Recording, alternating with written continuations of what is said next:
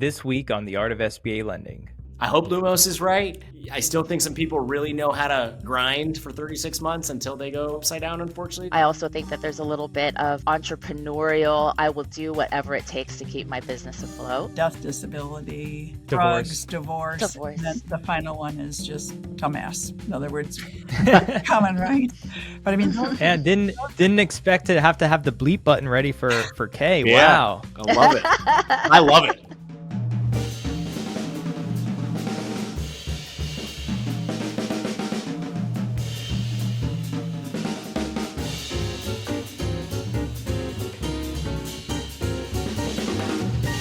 I remember I had a boss one time who used to say, if you bring me a problem, you better bring me a solution.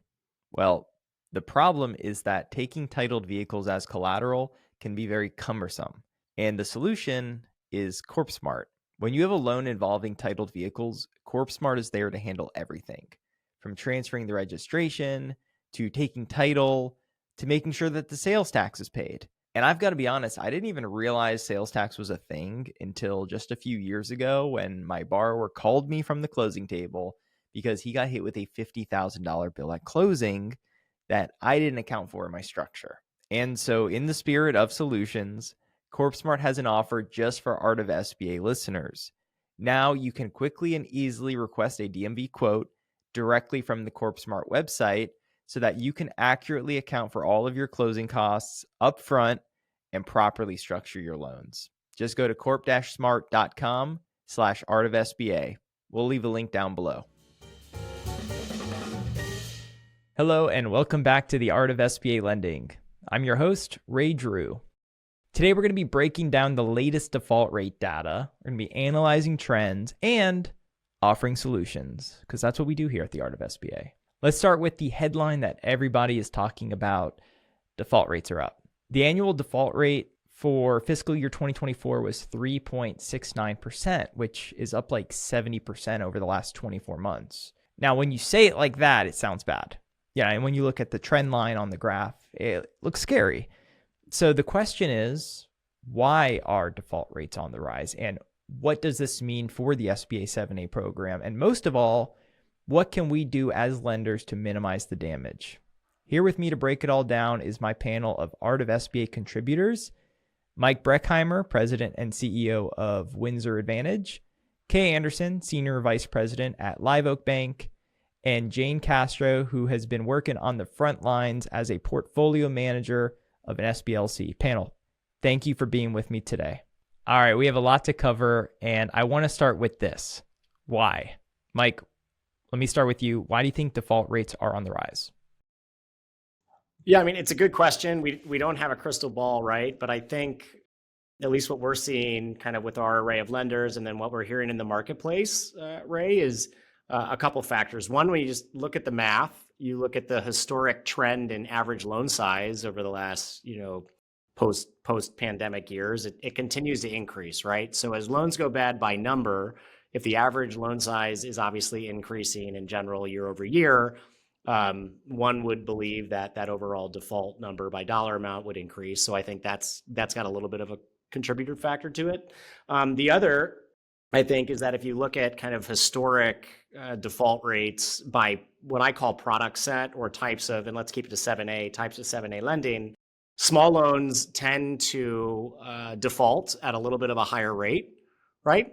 And so if you're looking at a little bit of a higher rate of defaults based on small loans, and you're looking at the overall popularity of small loans in the lending landscape over the last 3+ years, I think that's why we're seeing, just from a statistical standpoint, an overall increase. Now, that doesn't contribute to the 70% factor. I think the last part is you see a lot of businesses that have been able to take advantage of stimulus, even up through this point, right? Through fiscal year 2024, from basically 2020, a lot of that is starting to fall off. And that, coupled with increased rates, is causing an overall drop in performance with some businesses that might have had some artificial help in the past. Right. That's what I've been hearing. Because all of those loans that were going to default in 2020, 2021, 2022, with all that money flowing in, I mean, the SBA was literally making the payments for people. and giving them EIDL and PPP, and the markets were just flooded with liquidity. So you think that kind of pushed some of those defaults out, and now it's kind of catching up with us right now? Yeah, I definitely think so. And in addition to that, there were obviously, there were state programs, there were other types of payroll protection programs that weren't administered by the SBA or on the national side. A lot of small businesses took a lot of advantage of this. And then the market has changed, and rates since that, just over 18 months ago, rates went up 500 plus basis points. And so you've got a lot of businesses that might have been teetering during that pandemic, getting bolstered, and then having to experience, an increase or a shock in the variable base rate that we hadn't seen in, since the 80s. And so I think, those factors together basically reset the market, and the strong survived, but a lot that did okay and were underwritten to, prime at 325 just couldn't handle, prime at 7 plus. Sort of to echo what Mike just said, interest rate hikes definitely compounded the problem. So if you underwrote and approved a deal in 2020 that was skinny and at maybe 115, 125, or even a projection-based deal, and it was skinny, when those rates went up, I know nobody was using a 6% sensitivity rate to see what that repayment would look like. So you fast forward through that trend. Like Mike mentioned, there were stimulus programs, their loan payments were being made for them. There were a lot of things that were keeping loans that probably would have defaulted earlier afloat during some of the support period. But now that is ending, that availability is different.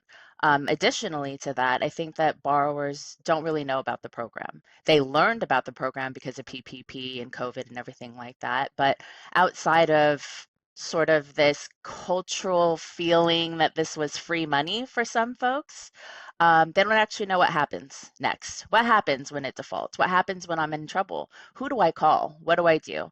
And because there's sort of this lack of familiarity in what you can do and what the next steps are, I think that compounded things.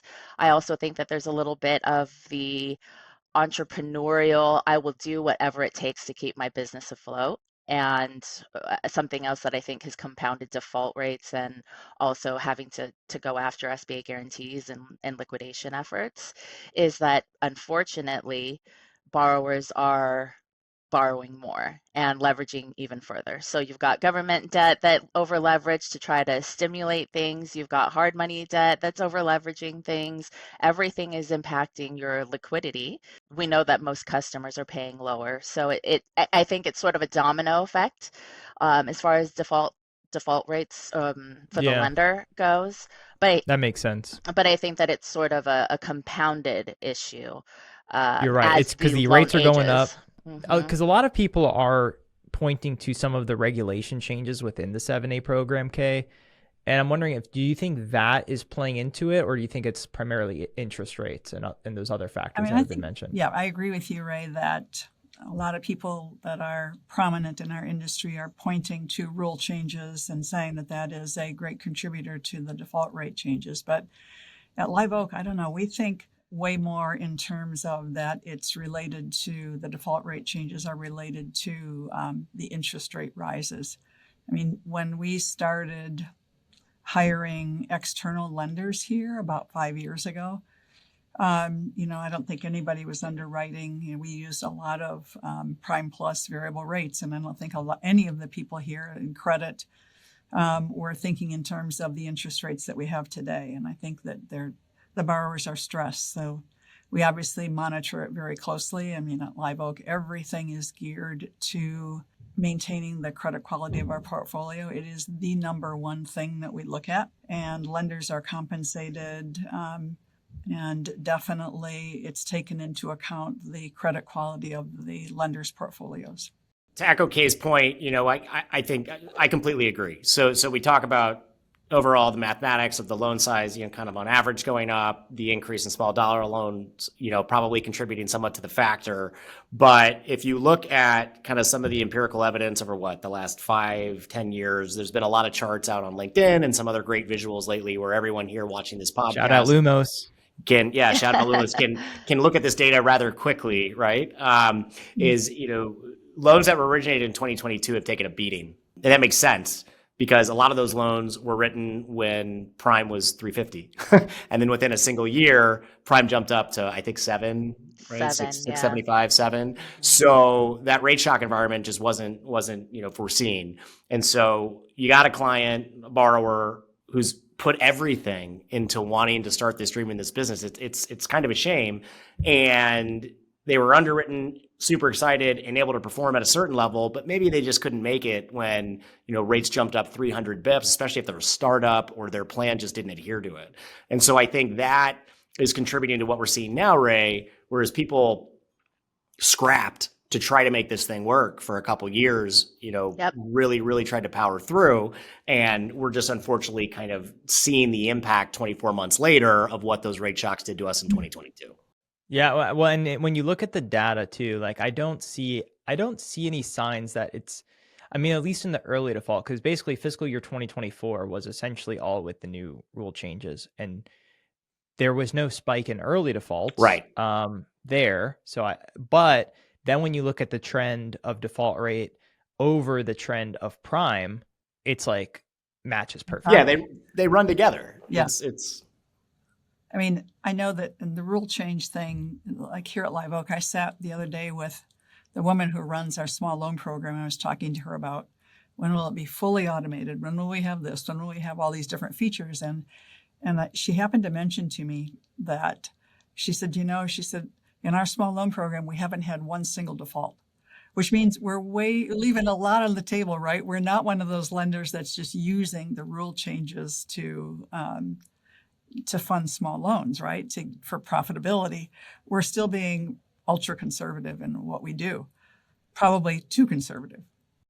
And we're seeing that as well, kind of in our small loan program, right? We talked about that at a prior, we have a different sample size and we have a totally different lending profile than a Live Oak bank, right? But I don't have a single lender that has absorbed those rule changes and said, great, now we can just credit score everything and go to the masses and get our guarantees. Right. Even though you hear people say like, hey, you just need your SBSS score or do as you do. Almost every one of our clients is still taking a massive amount of extra measures, which we obviously encourage because we want this portfolio to continue to perform.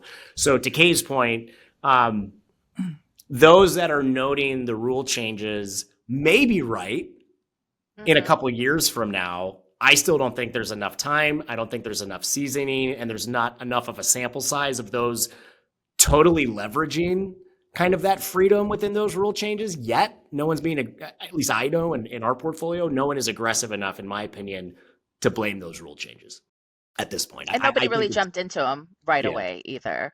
Like anybody that is pointing to any of the more, I would say significant changes that happened in the last 18 months, I would say that the vast majority of that doesn't have to do with defaults that I've seen today and that other shops that have called me about, ways that we could maybe work things out that they're seeing.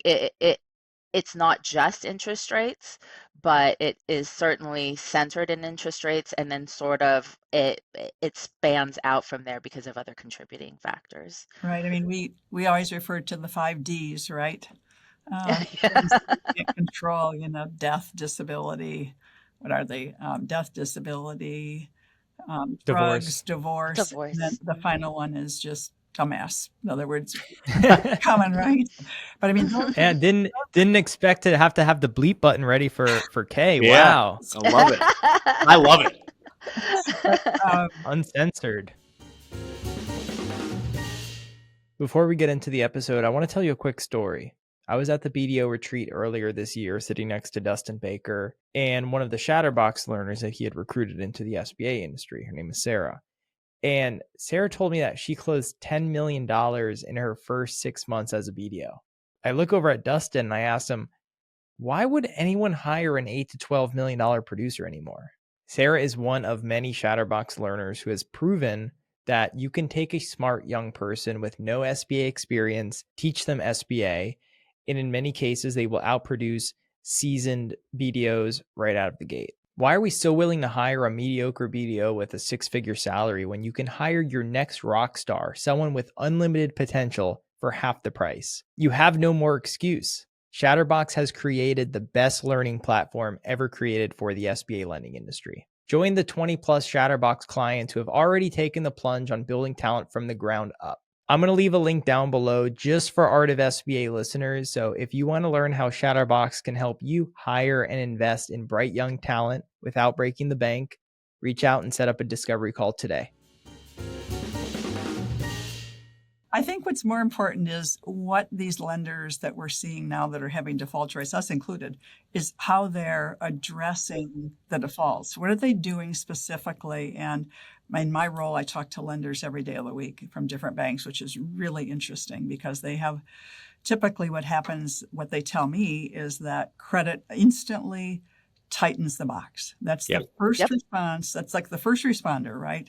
It's like, okay, we're going to stop or we're going to slow down or we are going to tighten the box. Here, I mean, that could be an approach. But our first approach is always to circle back to loan servicing, which is the entry-level position at Live Oak. We service our portfolio quarterly.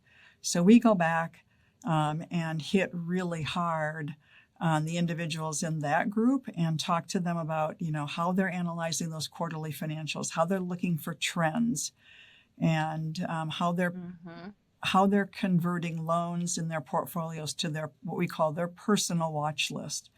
And then those personal watch lists have to be reported quarterly to credit.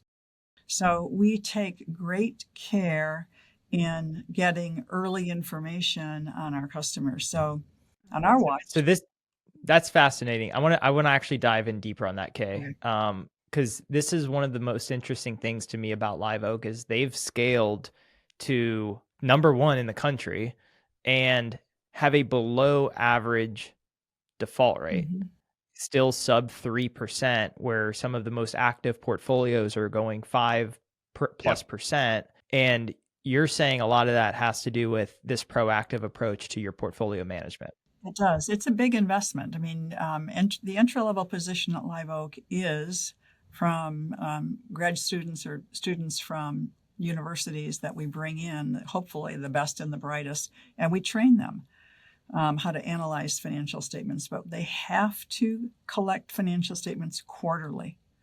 So if someone's sending financial statements every quarter and all of a sudden they stop, right? It's like a loan in closing, right? If the borrower goes silent in closing, it's never a good thing. It's the same thing for the loan servicing group, which we call business analyst group. So there's a process here where they have to have their own personal watch list, but the watch list here, the official watch list, probably 75% of the borrowers on it have never missed a payment. It's just that we've identified trends that are bothersome to us because we analyze in the financial statements quarterly, not just debt service coverage. We analyze gross revenue, cost of sales, labor, the major P&L items, and we track it from quarter to quarter. So our assigned loan officers have to contact that customer every quarter and review their findings. So it's early access to information, we think, that helps us. I absolutely believe that has a lot to do with even default rates, right? I have completely unaware of Live Oak's completely built out portfolio management system, but I think doing that way is really prudent. I think that it prevents sort of this reactive tightening of the credit box, increasing of the reserve, because it sounds like what you have going there is portfolio management as more like relationship banking with less touching probably, but you actually know what's going on. You know your customers. They know who is calling them to get financials. It sounds like you've got participatory borrowers.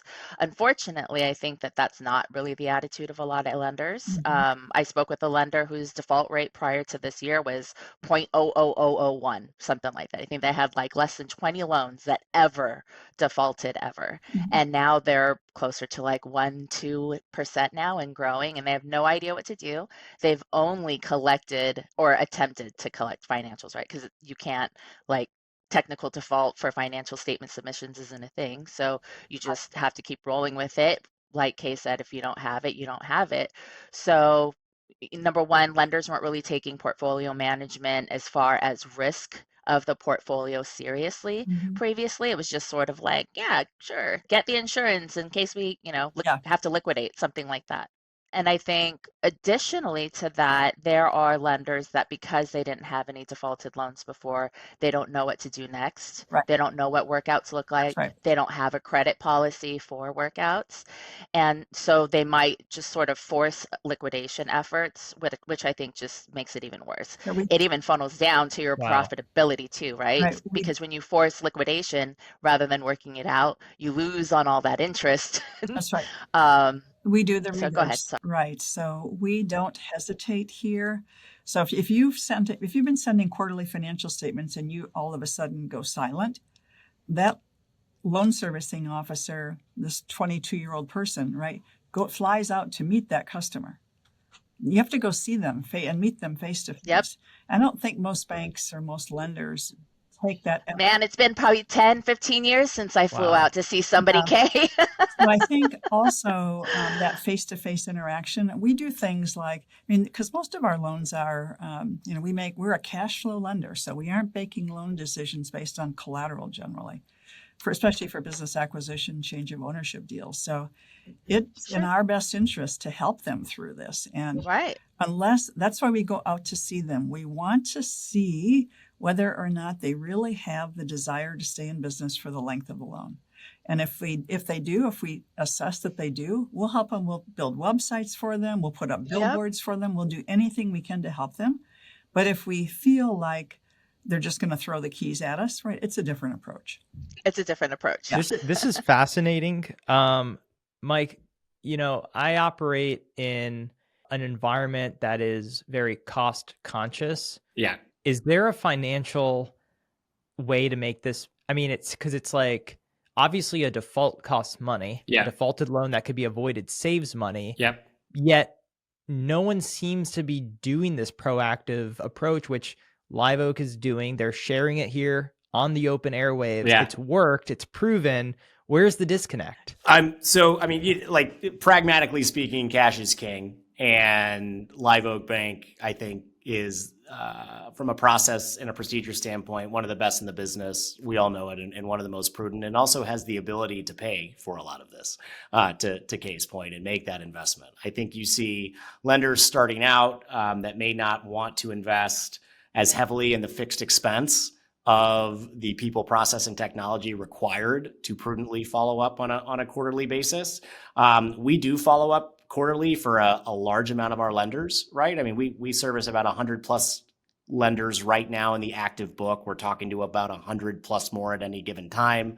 It's roughly $2.5 billion right now. And I think the average default rate is still, though it is creeping up, below 2%. For us, one of the big things we've tried to really highlight on, and I'm sure Kay's team does the exact same thing, is when someone goes dark, or we do social media scans as well. That was one thing that I'm sure Live Oak is doing too, but it's amazing what you can find on Twitter and Facebook. It's amazing how much you can learn about somebody in today's environment online, that maybe they're making their payments, but a major event has happened. I mean, we have unfortunately found an obituary right before where somebody's been operating behind the scenes. I think the reason why, Ray, people don't dive into it is a combination of what Kay and Jane said, though. I think you got a lot of lenders that entered the program, had high performance, and didn't have the need to invest. Live Oak's been around for a couple different cycles at this point, and probably has learned what makes sense to have a high performing portfolio.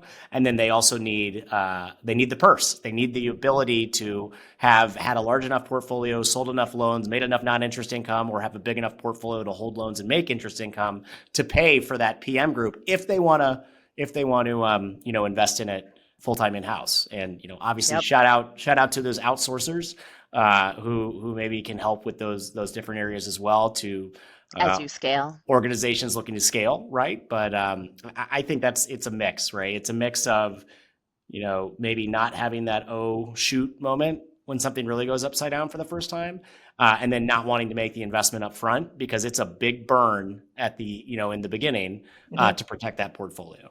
It is, when you consider, like for us, our largest state for funding loans is California, followed by Texas and Florida, and we're in Wilmington, North Carolina. So it's a big expense to do all the site visits, post-closing, and to send people out to meet with customers. But It's Kay, I don't, Yep. if you don't mind me asking, or sorry, Jan, I mean, but it's interesting. I don't know what can be shared on this or not, but from an open conversation standpoint, as we continue to see different, fintech options come out, different transparency. I've heard about people starting to utilize bank statement analysis platforms like Plaid or other items. We don't here at Windsor, though I'm super intrigued at learning more about that. Is Live Oak investing in any technology that helps monitor this portfolio, or is it still just grassroots, we are face to face? we're investing through a couple of companies that are owned by our holding company, and we're very familiar with companies like Plaid, of course. Yeah, But we yeah. aren't, I would say, are we utilizing it actively today as one of our primary tools? Probably not. We're not Yeah. that far along yet. I don't really see a lot of we have some very tech advanced, fintech focused and, entrepreneurial lenders ourselves looking to scale it with a bunch of other products. And it always comes up, Ray, but to your point, I haven't seen it yet. So I think just there really hasn't been a solve on the PM side that allows you to electronically monitor everything as intensely and as prudently as probably, Live Oak Banks Group is doing it, or frankly ours. I mean, probably 50% plus of our overall staff and payroll at Windsor is dedicated to PM and special assets. So it's a massive investment on the back end to be able to protect a portfolio. Don't forget, right? There's 6 core reasons for repair and denial, right? Some say 5, some say 6. 4 to 5 of them happen once the loan is closed. So I think a lot of people forget, like it's nice to get that pop at the gain on sale, but realistically, your risk is a tail once that loan closes. Not, as long as you know what you're doing, not so much on the underwriting and structuring up front.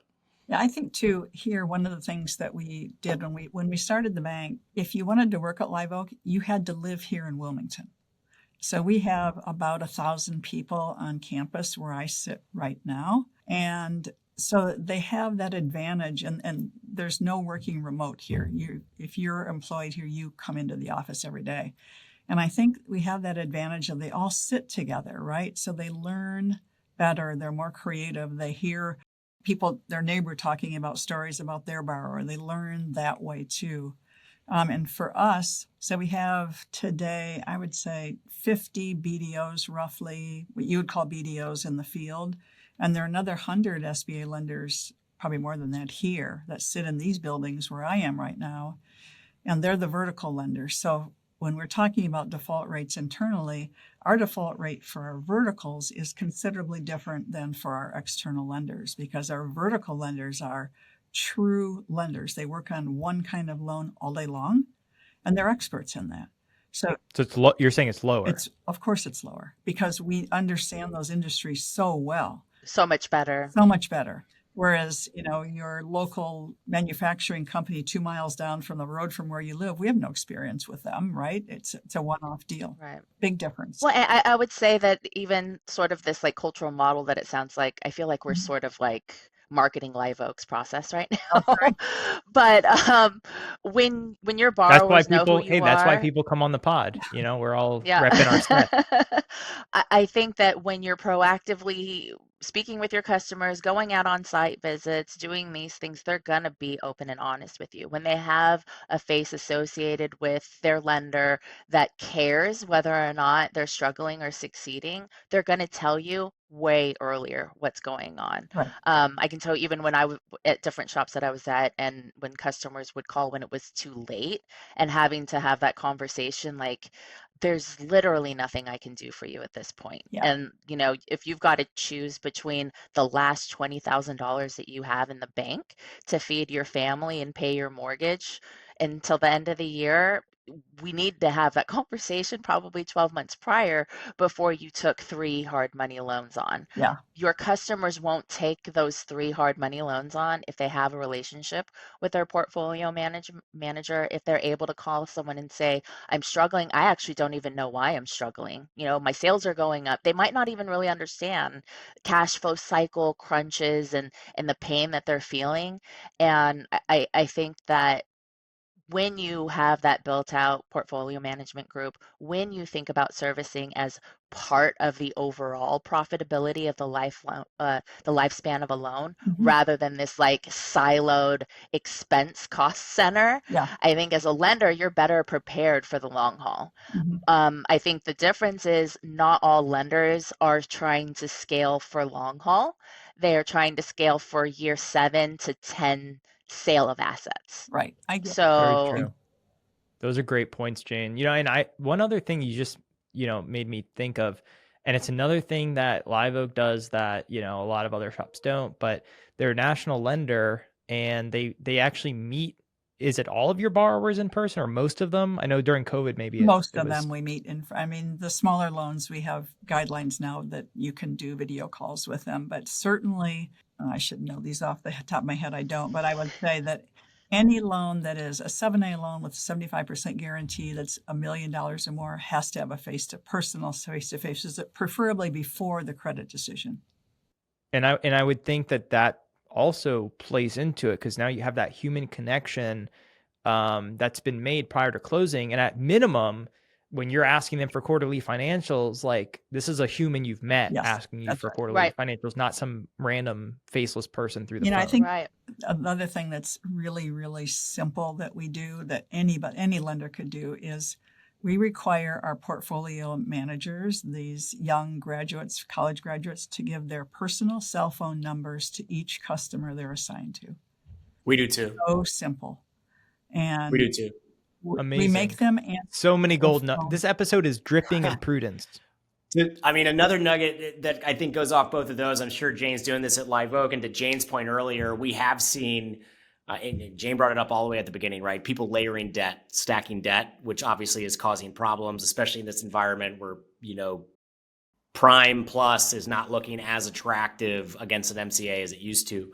One thing we always do and highly encourage, you hit 30 days past due, unless we get a call with you immediately and we get that payment in and it, a gut feel really is kind of clear that it was just a mistake. We highly encourage pulling another search and trying to see whether or not they've gotten to a hard time. A lot of borrowers are trying to do what they believe is best to survive. And instead of calling you and saying, hey, I need help, they layer on debt because they're scared to call you. And finding that out and restructuring that as quickly as possible has saved millions of dollars. I mean, we're not Live Oak Bank, but Windsor is probably, I just looked up the stat, we've helped, but we've liquidated, well over nearly $500 million, a little less $500 million over since 2010. And prudently, That's a number. Prudently trying to restructure loans, right? When they still can be saved, not only can protect that entrepreneur, you're doing a great thing. I mean, it's incredibly rewarding, but it also can protect the performance of the loan. And a lot of lenders just forget that, or they try to go black rain too quick. And don't forget, the SBA is going to ask, what have you done to try to help them? What did you do? Right. And especially now, they want to know that you exhausted all efforts before you tried to do the liquidation. Pull a search, right? See if you can figure it out for them, I guess, is what I'm getting at. Go the extra mile and treat it a little bit like your diligence on the front end. Stuff changes. Right. And see what you can find out. It doesn't take a lot more time, and you can really get, prudently creative with them to be like, hey, listen, you should have told us. You didn't, but we can still save you because we got to this ahead of time. We completely agree with you, Mike. Yeah. That's actually like doing searches and a light, I like to call it a light internet comb on your customers that have defaulted is really simple, especially because nobody wants to give not that they don't want to give you your financials. I should say people just don't provide their financials. So there's other ways to sort of find out what their standing is without getting those financials, pulling credit reports, Googling them.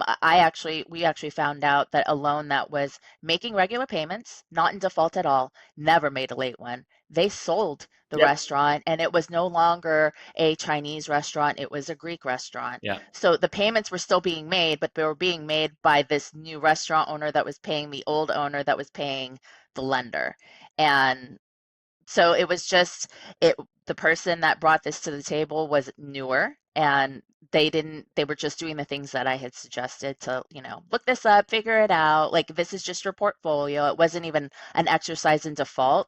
So she was just going through the motions, and she's like, I thought this was Chinese food. That's good. So Jane, what do you think about DMing people on Instagram asking for their P&L? oh You think that would man. work? I once did, I do the internet stuff's interesting. I looked up someone who was asking for a loan one time, and I looked them up on social media, and they were smoking a blunt in their profile picture. So In a legal state, I'm sure. In a legal So, state, so, he's probably a patient, Ray. yeah. if it was medical, HIPAA yeah, laws maybe. here, buddy. Can't be asking about people's medicinal blunts. Yeah, that's a good question. We're gonna do another whole episode on, is smoking weed like a negative credit quality, or is it positive? Who knows? Maybe I'm high right now. All right, so You're in Florida. Again, medical it's patient. not legal. And by the way, this whole conversation is so important, and because the reason people are harping on default rates is because people feel the entire program's at risk if there's a subsidy that has to kick in to offset higher default rates. It's now been widely reported that in the first 6 months of last year, the SBA lost $274 million. And that is obviously a result of the fee waivers plus default. So fee Right. waivers is probably a couple $100 million a year that we've probably waived. And then you have some defaults. And so we'll probably have, no more fee waivers, which is, I don't even know why, why we got rid of them in the first place. That was just an SBA policy decision. But 3.69 doesn't seem that big to me in the grand scheme of things when we've increased lending. Now, if it goes even higher, I understand. But if it caps out here and Lumos is projecting it to come down, and I keep mentioning this, so hopefully they're right, but coming down a little bit next year because now, these old defaults have caught up.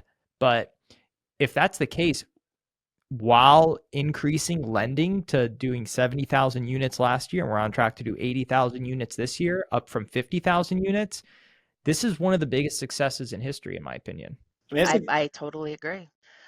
In terms of financing, for sure. You study the types of loans that default as well, right? So, okay, and I don't mean NAICS code, I mean, like business acquisitions, for example. Business acquisitions continue to increase in popularity, at least with our clients and where we see a lot of this. Yet business acquisitions historically default at a lower rate than other uses of proceeds. So to your point, Ray, if we're going to start lending more, if we are going to believe that hopefully, fingers crossed, rates have peaked for the foreseeable future and they will begin to drop a little bit more. A lot of the loans that have been underwritten in the last 2 years have been underwritten at historically high base rates.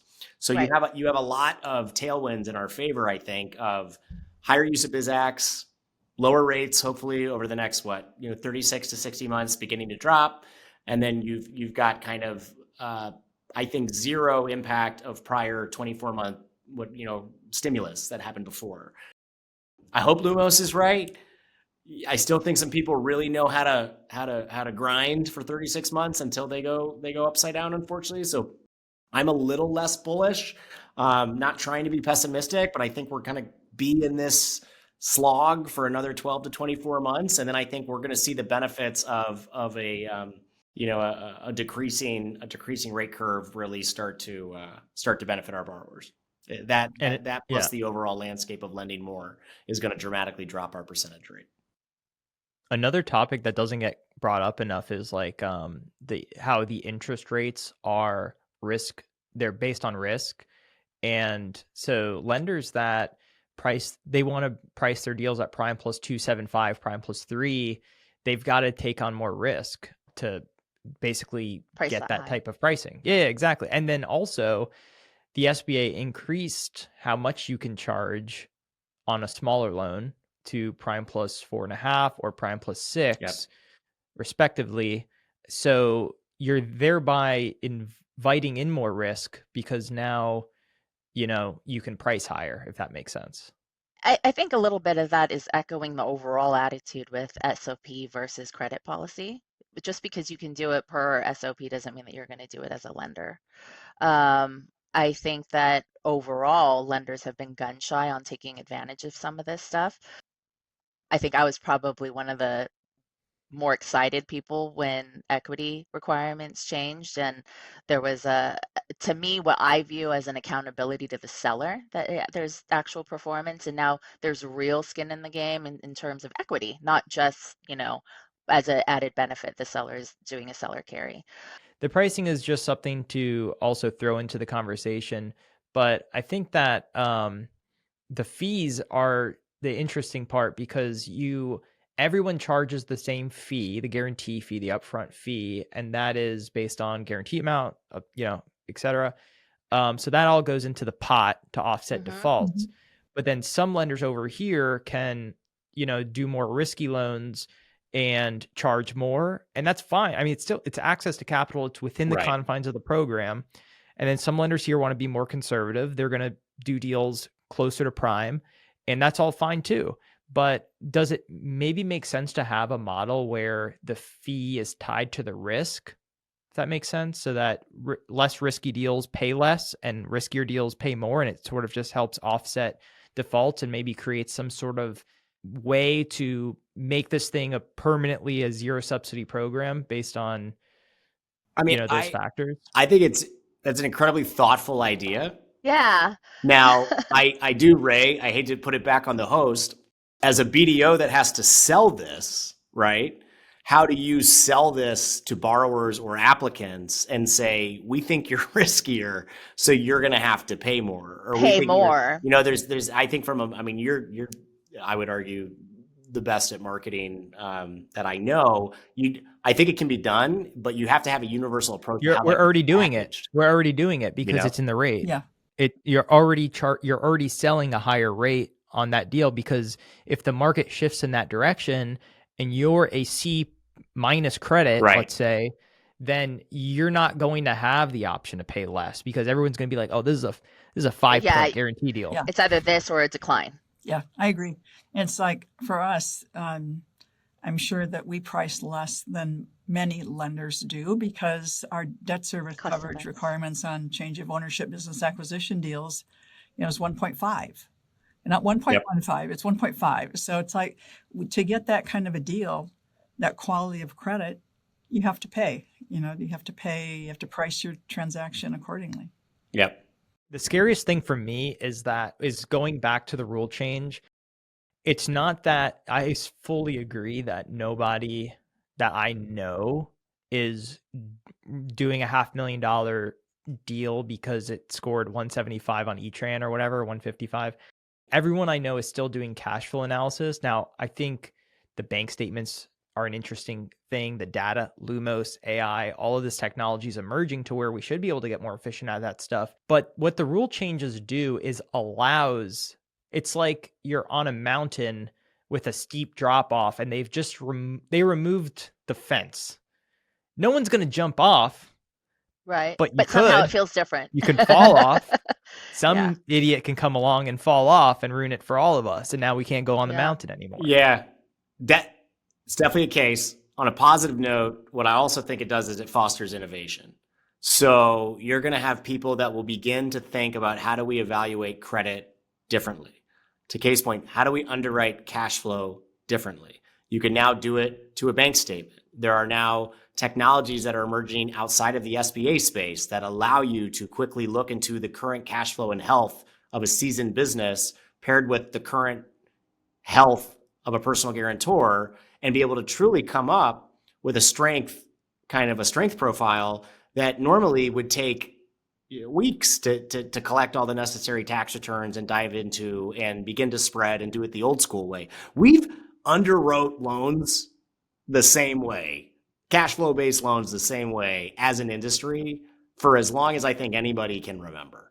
And one of the things that held back SBA, not held back, is that I absolutely commend the SBA for trusting the private enterprise a little bit and lenders to be able to make their own credit decisions and figure this out. Because when you so to your point, you could fall off the cliff, Ray, But there's a guy or girl out there that is the best skier in the world that has never Right. had that It's opportunity before that can launch and break a record, right? Like, and Right. so Mm-hmm.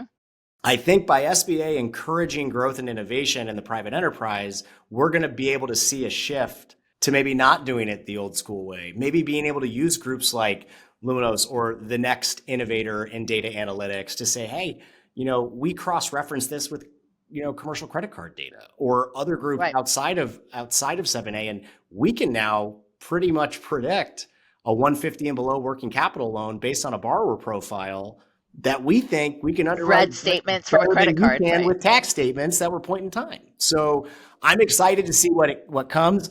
I'm an operator, not a technologist, so I'm going to have to use one of Kay's holdco companies in reference when they show up. But I hope it doesn't ruin it. I hope the SBA stands behind the innovators because they've been able to foster this growth. Ray, we talked about, I'm going long, but we talked about Nagel, right? We were talking to Nagel. Look at all the AI and small business tech firms that showed up for the first time ever. Clearly, there's private equity and there's money being invested in this space now that wasn't there before the rule changes. So there's not enough results to say this is good or bad, but I'm excited to see what happens. Well, I think that's probably a good place to leave it. And we're coming up on the hour here. So let's go ahead and end it there. I mean, this was one of my favorite episodes I've recorded. A fascinating discussion, covered a lot. Kay, thanks for sharing, everything you guys have been doing to achieve success. Mm-hmm. Jane, thank you for being here and showing us a little bit about what's been going on the front lines. And Mike, as always, I appreciate it. Yeah. Thank you. Thank you. All right, that's it for this week's episode. If you want more SBA content, you can sign up for our monthly newsletter and check out our sister shows, SBA Today and The BDO Show. We'll leave a link in the show notes. And don't forget to subscribe to this podcast so you never miss an episode of The Art of SBA Lending. Ta-ta.